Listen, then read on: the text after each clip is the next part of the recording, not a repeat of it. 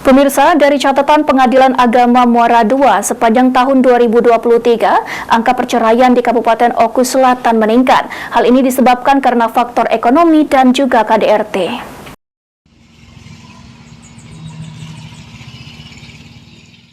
Sepanjang tahun 2022, Pengadilan Agama Muara II mencatat angka perceraian di Oku Selatan sebanyak 354 perkara.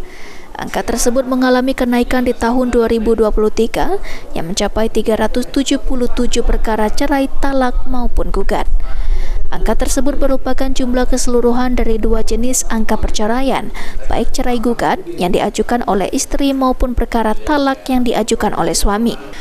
Untuk perkara cerai sendiri didominasi oleh pengajuan cerai oleh istri karena faktor ekonomi dan KDRT, sisanya karena faktor pihak ketiga. Selain perkara perceraian, sepanjang tahun 2023 ini Pengadilan Agama Muara II juga menangani sejumlah kasus seperti hak asuh anak, warisan, dan sebagainya. 23, kalau dari laporan yang kami terima ya Pak ya, bahwa perceraian di kita itu berjumlah 377.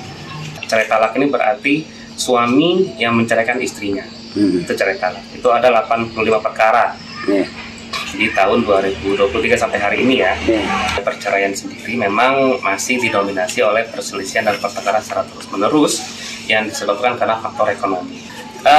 Untuk tahun 2023 itu KDRT ada dan terjadi kenaikan. Kalau di tahun Sri Fitriana, PAL TV.